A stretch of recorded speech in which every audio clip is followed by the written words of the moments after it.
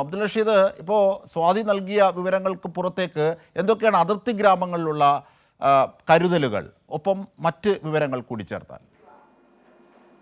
അജിംഷാദ്, പഹൽഗാം ഭീകരാക്രമണത്തിന് പിന്നാലെ തന്നെ രാജ്യത്തിന്റെ അതിർത്തി മേഖലകളിൽ അതീവ സുരക്ഷാ ക്രമീകരണങ്ങളാണ് സേനകൾ വിന്യസിച്ചു വന്നിട്ടുള്ളത്. ഇതിന് പിന്നാലെയാണ് ഓപ്പറേഷൻ സിന്ധൂറുമായി ബന്ധപ്പെട്ട തുടർ നടപടികൾ ഇന്ത്യ മുന്നോട്ട് കൊണ്ടുപോവുകയും പാകിസ്ഥാന് ശക്തമായിട്ടുള്ള തിരിച്ചടി നൽകുകയും ചെയ്തിട്ടുള്ളത്. ഇതിന് പിന്നാലെ പാകിസ്ഥാന്റെ ഭാഗത്തു നിന്നും പ്രകോപനപരമായിട്ടുള്ള സമീപനങ്ങൾ തുടരുന്ന ഒരു സാഹചര്യം തന്നെയാണുള്ളത്. ഈ ഒരു സാഹചര്യത്തിലും, അതായത് ഈ ഒരു ഘട്ടത്തിലും ശക്തമായിട്ടുള്ള ജാഗ്രതാ നിർദ്ദേശങ്ങളാണ് അതിർത്തി പ്രദേശങ്ങളിലൊക്കെ തന്നെയും വിന്യസിച്ചിരിക്കുന്നത്. പ്രധാനമായും ജമ്മു കാശ്മീർ, അതോടൊപ്പം പഞ്ചാബ്, ഹരിയാന, രാജസ്ഥാൻ തുടങ്ങിയിട്ടുള്ള അതിർത്തി സംസ്ഥാനങ്ങളിൽ കർക്കശമായിട്ടുള്ള നിയന്ത്രണങ്ങൾ ഏർപ്പെടുത്താനും അതോടൊപ്പം മറ്റു ജാഗ്രതാ നിർദ്ദേശങ്ങളും ഇപ്പോൾ പുറപ്പെടുവിച്ചിരിക്കുകയാണ്. പ്രധാനമായും ഈ മേഖലകളിൽ സുരക്ഷാ ക്രമീകരണങ്ങൾ ഏർപ്പെടുത്തണം എന്നുള്ള കാര്യമാണ് ഇപ്പോൾ ആഭ്യന്തര മന്ത്രാലയം അതോടൊപ്പം മറ്റു കേന്ദ്ര സർക്കാർ വൃത്തങ്ങളൊക്കെ തന്നെയും അറിയിച്ചിട്ടുള്ളത്. പ്രത്യേകിച്ചും സാധാരണക്കാരായിട്ടുള്ള ജനങ്ങളുടെ ജീവൻ രക്ഷിക്കുന്നതിൽ അല്ലെങ്കിൽ അത്തരത്തിലൊരു സുരക്ഷ ഏർപ്പെടുത്തണം എന്നുള്ളതാണ് ഏറ്റവും പ്രധാനപ്പെട്ടത്.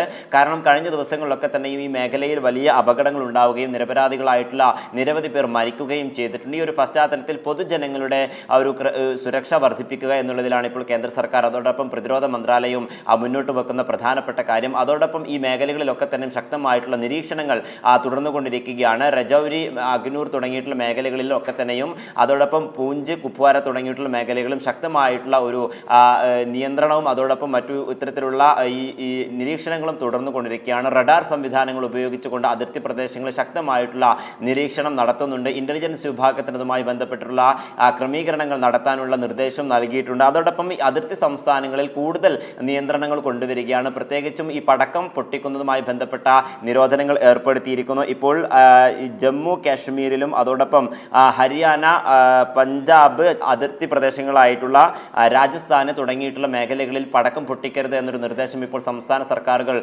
പുറപ്പെടുവിച്ചിരിക്കുകയാണ്. അതോടൊപ്പം ഈ മേഖലകളിൽ ഡ്രോണുകൾ ഉപയോഗിക്കരുത് എന്നുള്ള ഒരു നിർദ്ദേശവും മുന്നോട്ട് വെച്ചിട്ടുണ്ട്. ഇത്തരത്തിൽ ആക്രമണങ്ങൾ നേരിടുന്ന ഒരു സാഹചര്യം ഉണ്ടാകുന്നു എന്നുള്ളത് തന്നെയാണ് ഇതിലൂടെ നമ്മൾ മുന്നിൽ കാണേണ്ടത്. പ്രത്യേകിച്ചും ഈ ഒരു പാകിസ്ഥാന്റെ ഭാഗത്തു നിന്ന് പ്രകോപനങ്ങൾ ഉണ്ടാകുന്ന സാഹചര്യത്തിൽ ഇത്തരം ഈ നടപടികൾ കർശനമായി നിർത്തിവെക്കണം എന്നുള്ള ഒരു നിർദ്ദേശമാണ് ഇപ്പോൾ പ്രധാനമായും അതിർത്തി സംസ്ഥാനങ്ങളിൽ ഉത്തരവിട്ടിട്ടുള്ളത്. അതോടൊപ്പം വിദ്യാഭ്യാസ സ്ഥാപനങ്ങൾക്ക് അവധി നൽകിയിട്ടുണ്ട്, ഗതാഗത നിയന്ത്രണങ്ങൾ ഏർപ്പെടുത്തിയിട്ടുണ്ട്.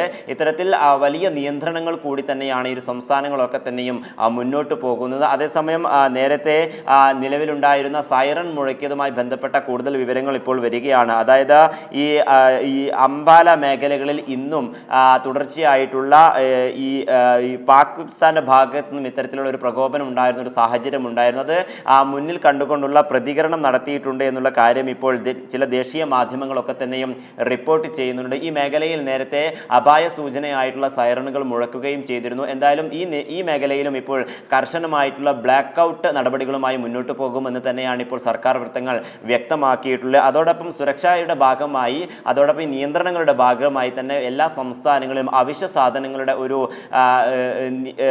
ഉറപ്പുവരുത്തണം എന്നുള്ള ഒരു കാര്യം ഇപ്പോൾ മുന്നോട്ട് വെച്ചിട്ടുണ്ട്. പ്രധാനമായും അരി, പച്ചക്കറി, ഡീസൽ, പെട്രോൾ തുടങ്ങിയിട്ടുള്ള അവശ്യ സാധനങ്ങളുടെ ഒരു ശേഖരം പൂർണ്ണമായിട്ടും സംസ്ഥാന സർക്കാരുകൾ ഉറപ്പുവരുത്തണം. അതോടൊപ്പം പൂഴ്ത്തിവെപ്പുകൾ തടയുന്നതിനാവശ്യമായിട്ടുള്ള നിയന്ത്രണങ്ങൾ കൊണ്ടുവരണം, വിലക്കയറ്റത്തിന് ആവശ്യമായിട്ടുള്ള നിയന്ത്രണങ്ങൾ കൊണ്ടുവരണം എന്നുള്ള കാര്യങ്ങളും ഇപ്പോൾ സംസ്ഥാന സർക്കാരുകൾക്ക് ഈ നിർദ്ദേശങ്ങൾ നൽകിയിരിക്കുകയാണ്. എന്തായാലും ഈ മേഖലകളിലൊക്കെ തന്നെയും പ്രത്യേകിച്ചും അതിർത്തി പ്രദേശങ്ങളിൽ കർശനമായിട്ടുള്ള ജാഗ്രത നിർദ്ദേശം തന്നെയാണ് കേന്ദ്ര സർക്കാരും ഈ മേഖലയിലുള്ള സേനാ വിഭാഗങ്ങളൊക്കെ തന്നെയും കൊണ്ടുവന്നിട്ടുള്ളത്. അത്തരത്തിൽ ശക്തമായിട്ടുള്ളൊരു നിരീക്ഷണങ്ങളും അതോടൊപ്പം ജനങ്ങളുടെ ഒരു സുരക്ഷ ഉറപ്പുവരുത്തിക്കൊണ്ട് തന്നെയാണ് സേനാ വിഭാഗങ്ങൾ മുന്നോട്ട് പോകുന്നത്. ഇതിൻ്റെ ഭാഗമായി വിവിധ മേഖലകളിൽ പ്രത്യേകിച്ചും ജമ്മു കാശ്മീരിൻ്റെ വിവിധ മേഖലകളിൽ നിന്നും 200-ലധികം പേരെ സുരക്ഷിതമായിട്ടുള്ള കേന്ദ്രങ്ങളിലേക്ക് മാറ്റിയിട്ടുണ്ട്. കഴിഞ്ഞ ദിവസങ്ങളിൽ പൂഞ്ചിലും അതോടൊപ്പം ഉറി മേഖലകളിലും പാകിസ്ഥാന്റെ ഭാഗത്തും ഷെല്ലാക്രമണം ഉണ്ടായിരുന്നു. ഈ മേഖലകളിൽ നിരവധി പേർക്ക് പരിക്കേൽക്കുകയും അതോടൊപ്പം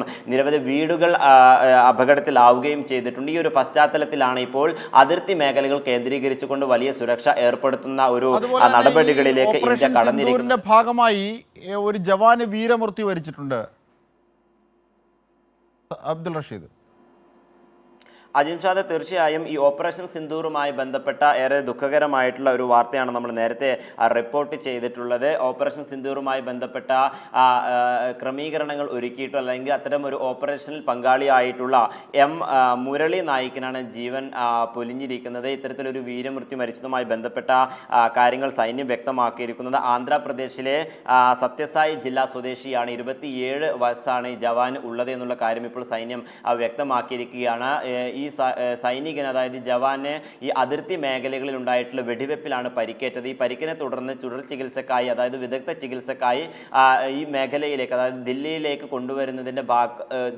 കൊണ്ടുവരികയായിരുന്നു. ഇത്തരത്തിൽ ഹെലികോപ്റ്ററിൽ കൊണ്ടുവരുന്ന ഒരു സമയത്താണ് അയാൾ ഈ മരണപ്പെട്ടത് എന്നുള്ള കാര്യം ഇപ്പോൾ സൈന്യം വ്യക്തമാക്കിയിരിക്കുകയാണ്. ഇത്തരത്തിൽ ഈ ഓപ്പറേഷൻ സിന്ദൂറുമായി ബന്ധപ്പെട്ട അല്ലെങ്കിൽ പാകിസ്ഥാനെതിരെയുള്ള പ്രതിരോധത്തിന്റെ ഭാഗമായി 2 ജവാന്മാർക്ക് ഇപ്പോൾ ജീവൻ പൊലിഞ്ഞിരിക്കുന്നു എന്നുള്ളത് തന്നെയാണ് നമുക്ക് ഈ ഘട്ടത്തിൽ ഏറെ നിർണായകമായിട്ട് റിപ്പോർട്ട് ചെയ്യാൻ കഴിയുന്നത്. എന്തായാലും ഈ മേഖലകളിലൊക്കെ തന്നെ നേരത്തെ സൂചിപ്പിച്ചതുപോലെ കനത്ത സുരക്ഷ വർദ്ധിപ്പിച്ചിട്ടുണ്ട്. അതോടൊപ്പം കർശനമായിട്ടുള്ള ജാഗ്രതാ നിർദ്ദേശങ്ങളുമായി തന്നെയാണ് മുന്നോട്ട് പോകുന്നത്. അജിംഷ, തീർച്ചയായും നമ്മുടെ പൗരന്മാർക്ക് ഏറ്റ കാഷ്വാലിറ്റിയെ സംബന്ധിച്ച് എന്തെങ്കിലും വിശദീകരണങ്ങൾ ഈ ഘട്ടത്തിൽ ഉണ്ടായിട്ടുണ്ടോ? കഴിഞ്ഞ ദിവസം നടന്നതുമായി ബന്ധപ്പെട്ട ഏതെങ്കിലും തരത്തിലുള്ള അപകടങ്ങൾ ഇതുവരെയും റിപ്പോർട്ട് ചെയ്തിട്ടില്ല. അതേസമയം നേരത്തെ പൂഞ്ചിൽ നിരവധി പേർക്ക് അപകടപ്പെട്ടിരുന്നു. അതായത് പ്രത്യേകിച്ച് 15 പേർ കൊല്ലപ്പെടുകയും 43 പേർക്ക് പരിക്കേൽക്കുകയും ചെയ്തിരുന്നു. ഈ പരിക്കേറ്റവരെ ജമ്മു ആശുപത്രിയിലെത്തി മുഖ്യമന്ത്രി ഒമർ അബ്ദുള്ള കൂടിക്കാഴ്ച നടത്തുകയും അതുമായി ബന്ധപ്പെട്ട് സംസാരിക്കുകയും ചെയ്തിട്ടുണ്ട്. അവരുടെ സുരക്ഷയിൽ കൂടുതൽ ക്രമീകരണങ്ങൾ വരുത്തുമെന്നുള്ള കാര്യം ഇപ്പോൾ ഒമർ അബ്ദുള്ള വ്യക്തമാക്കിയിരിക്കുകയാണ്. അതേസമയം കഴിഞ്ഞ ദിവസം രാത്രിയിൽ ഉണ്ടായിട്ടുള്ള അപകടവുമായി ബന്ധപ്പെട്ട ആർക്കെങ്കിലും പരിക്കു പറ്റിയതുമായി ബന്ധപ്പെട്ട വിവരങ്ങൾ ഒന്നും തന്നെ സേനാ വിഭാഗങ്ങൾ വ്യക്തമാക്കിയിട്ടില്ല. അത്തരത്തിൽ ഈ ഘട്ടത്തിൽ ഇന്ത്യൻ പൗരന്മാർക്കോ അല്ലെങ്കിൽ ഇന്ത്യയിലുള്ള ആർക്കെങ്കിലും സുരക്ഷാ സേനാ വിഭാഗങ്ങൾക്ക് ആർക്കും ഒരു പരിക്കു പറ്റിയിട്ടില്ല എന്നുള്ളത് തന്നെയാണ് നമുക്ക് ഈ ഘട്ടത്തിൽ മനസ്സിലാക്കാൻ സാധിക്കുന്നതുമായി ബന്ധപ്പെട്ട വിവരങ്ങളൊന്നും ഇതുവരെയും ഈ വാർത്താ സമ്മേളനത്തിൽ പോലും സേനാ തീർച്ചയായും ഭീകര കേന്ദ്രങ്ങൾ ആക്രമിച്ചതിന് ബദലായി പാകിസ്ഥാൻ നടത്തുന്ന പ്രകോപനങ്ങൾ ഇന്ത്യയിലെ സാധാരണക്കാരെ ലക്ഷ്യമിട്ടുകൊണ്ടാണ്. അതിലും മതവും ജാതിയും ഒക്കെ തിരിച്ചുകൊണ്ടുള്ള ശ്രമം നടത്തിയാണ് പാകിസ്ഥാൻ്റെ ആക്രമണങ്ങളാകെ. എന്തായാലും അതിർത്തിയിലെ എല്ലാ സംഘർഷങ്ങളെയും നേരിടാൻ ഇന്ത്യ സുസജ്ജമാണ് എന്ന് ഒരിക്കൽ കൂടിയാണ് കരസ്, വ്യോമ, വിദേശകാര്യ മന്ത്രാലയങ്ങൾ സംയുക്തമായ വാർത്താ സമ്മേളനത്തിലൂടെ അറിയിച്ചത്. എന്തായാലും അതിർത്തി സംസ്ഥാനങ്ങളിലും അത്തരത്തിലുള്ള ജാഗ്രതാ നിർദ്ദേശം പുലർത്തുകയാണ്.